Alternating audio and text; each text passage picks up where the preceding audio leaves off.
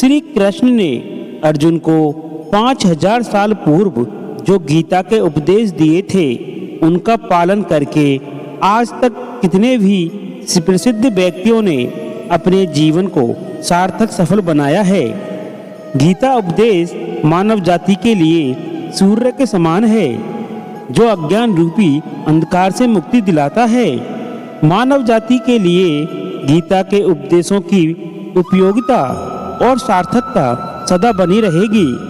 ये गीता के वो परम सत्य हैं जिसे अपनाकर हर व्यक्ति दुख क्लेश मुक्त होकर सफल सुखद जीवन जी सकता है। मनुष्य का संघर्ष जितना बाहरी होता है उतना ही आंतरिक भी चलता रहता है। सोच और कर्म का संतुलन ही सफल जीवन का मंत्र है।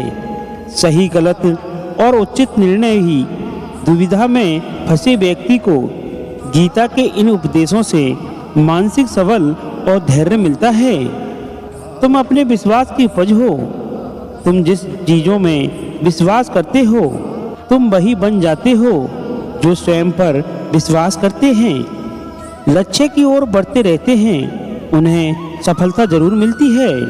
अगर व्यक्ति अपने लक्ष्य के लिए कर्म में पूरे मन से लग जाता है और उसे कर्म करने से खुशी मिलती है तो सफलता उसे दूर नहीं, मृत्यु से भय व्यर्थ है। हर व्यक्ति के मन में मृत्यु का भय होता है। इस संसार का जब से निर्माण हुआ है तब से जन्म मृत्यु का चक्र चलता आ रहा है। यह प्रकृति का नियम है। इस सत्य को स्वीकार करके भय मुक्त होकर आज में जीना चाहिए। किसी को भी आने वाले पल के बारे में कुछ नहीं पता होता, लेकिन इस संशय में भयभीत रहने से जीवन नहीं जिया जा सकता। कर्म सबसे ऊपर आता है। श्री कृष्ण अर्जुन से कहते हैं कि व्यक्ति कर्म करने के लिए ही पैदा हुआ है और बिना कर्म किए कोई रह नहीं सकता। फल की चिंता करना व्यर्थ है क्योंकि इससे मनुष्य का मन काम से भटकने लगता है। किसी कर्म से सफलता नहीं मिलती तो क्या हुआ, असफलता भी ज्ञान के द्वार खोलती है। अगर बिना फल की चिंता किए कर्म करते रहोगे तो सफलता और मन की शांति जीवन भर तुम्हारा साथ नहीं छोड़ेगी। हमेशा स्वार्थी होना गलत है।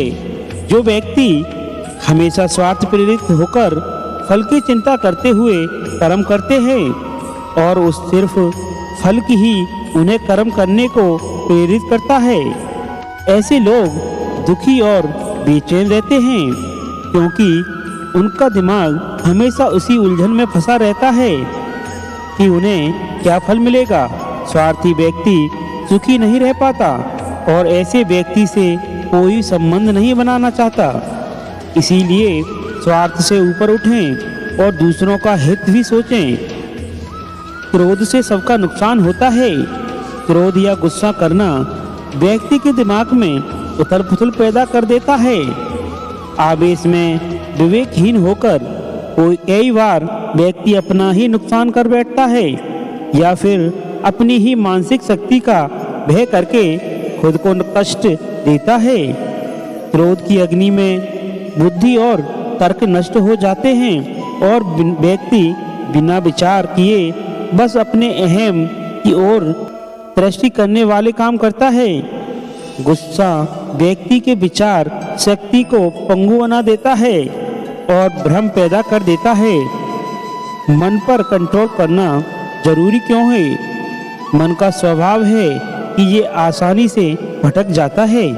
अगर जीवन को सफल की दिशा में ले जाना है तो मन पर काबू करना बहुत जरूरी है। श्री कृष्ण कहते हैं कि बार बार प्रयास करने से धीरे धीरे चंचल मन को बस में किया जा सकता है। मन को बस में करने से दिमाग की शक्ति केंद्रित होती है जिससे कार्यों में सफलता मिलने लगती है। अगर मन को बस में नहीं करोगे तो ये आपका सबसे बड़ा शत्रु बन जाता है। भगवानों में कोई छोटा बड़ा नहीं है। भगवान श्री कृष्ण उपदेश देते हैं कि हर व्यक्ति को अपने कर्तव्य का पालन करना चाहिए। यही धर्म है। अगर अपने कर्तव्य का पालन नहीं किया जाता है तो मन में अशांति और दुख प्राप्त होता है। अपनी पसंद नापसंद, मोह और वैर को किनारे रखकर अपना कर्तव्य करो। किसी अन्य व्यक्ति का कर्म आपको कितना भी आकर्षित करे, प्रलोभन में न आए। कष्ट में रहते हुए भी अपना कर्म करना दूसरे की नकल करने से श्रेष्ठ है। अपने कर्म और कर्तव्य का पालन ही जीवन है, जीवन का सही मार्ग है। क्योंकि कर्म करना आक्रमणता से हमेशा बेहतर है। कर्तव्य में दोष देखकर पीछे ना हटें, क्योंकि हर कर्म में कोई ना कोई छोटा बड़ा दोष हो सकता है। जैसे अग्नि साथ धुआं भी होता है। सदैव कर्म करो, कर्म करने से पहले विचार करो, लेकिन बहुत ज़्यादा विश्लेषण मत करो। अधिक विश्लेषण संशय और आक्रमणता पैदा करता है। ध्यान करने से परमात्मा को अनुभव किया जा सकता है। श्री कृष्ण कहते हैं कि शरीर के कर्म से ज्ञान का मार्ग उच्च है और ज्ञान मार्ग से भी ऊपर ध्यान मार्ग है। ध्यान मार्ग पर बढ़ने से ईश्वर को अनुभव किया जा सकता है। जो व्यक्ति मन को और इंद्रियों को शांत करके पूर्ण विश्वास से अपना ध्यान भगवान में लगाता है, उसे ईश्वर का ज्ञान और अविद्या विश्वास अवश्य अनुभव होता है। जो हर जगह हर जीव मनुष्य में ईश्वर देखता है, सबके हित में लगा रहता है, उस पर परम पिता अवश्य कृपा करते हैं। ज्ञान मार्ग हो या भक्ति मार्ग, समर्पण प्रेम विश्वास ही आपको ईश्वर के प्रकाश की ओर ले जाता है। भगवान की पूजा बहुत से लोग करते हैं, लेकिन उनको शांति क्यों नहीं मिलती? क्योंकि भगवान आपके मन में निवास करता है। उसे पता है कि आपका भाव क्या है, खुश नहीं रह सकता। श्री कृष्ण कहते हैं, संशय करने वाले का विनाश हो जाता है। इसीलिए संदेह करने से बचें। अधिक संदेह करने से मन की शांति भंग हो जाती है और व्यक्ति भ्रमित होकर अपने संबंधों को नष्ट कर डालता है।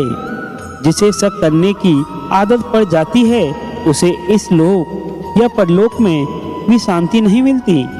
सत्य की खोज ठीक है, लेकिन बिना सच जाने कल्पनावश होकर संदेह करने का अंत दुख, क्लेश, पश्चाताप के रूप में होता है।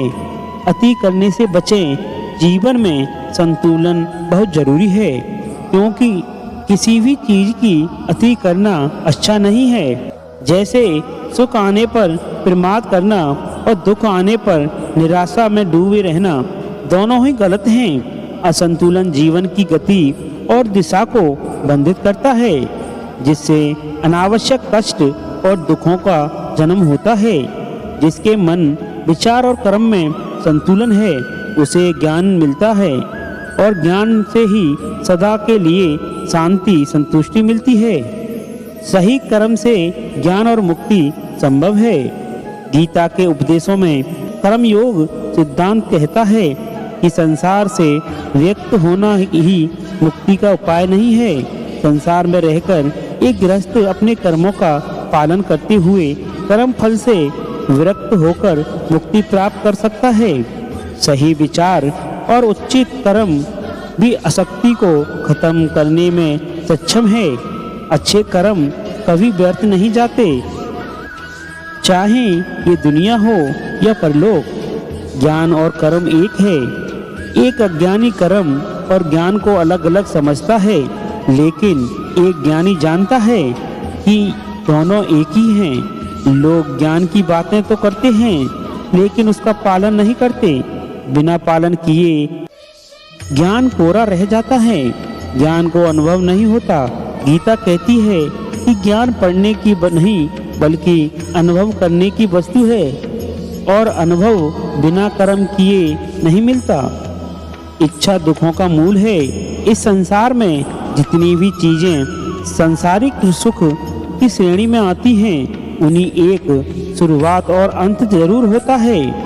इस सांसारिक सुखों का अंत दुख, कष्ट और दुर्गति के रूप में होता है। इच्छाओं का अंत नहीं है। एक पूरी होती है तो दूसरी नई इच्छा आ जाती है। हर इच्छा से प्रेरित होकर कर्म करना गलत है, क्योंकि ऐसे तो अनुचित कार्य भी होंगे। इच्छाओं से विचलित ना हो, उन्हें एक रिक्त दर्शक बनाकर देखो और ये चली जाएंगी। भगवान ही सबसे बड़ा सहारा है। परमपिता ही एकमात्र हमारे आधार हैं और अपने हैं। इस संसार में कोई भी अकेला नहीं है। ईश्वर में विश्वास रखते हुए जो मनुष्य कर्म पथ पर बढ़ता जाता है, वो सदा शक्ति, सुखी और मुक्ति पाता है। भूत और भविष्य की चिंता करना व्यर्थ है। वर्तमान ही सत्य है। जो भी पूर्ण संपन्न से ईश्वर की शरण में आता है, परमात्मा उसका कल्याण अवश्य करते हैं।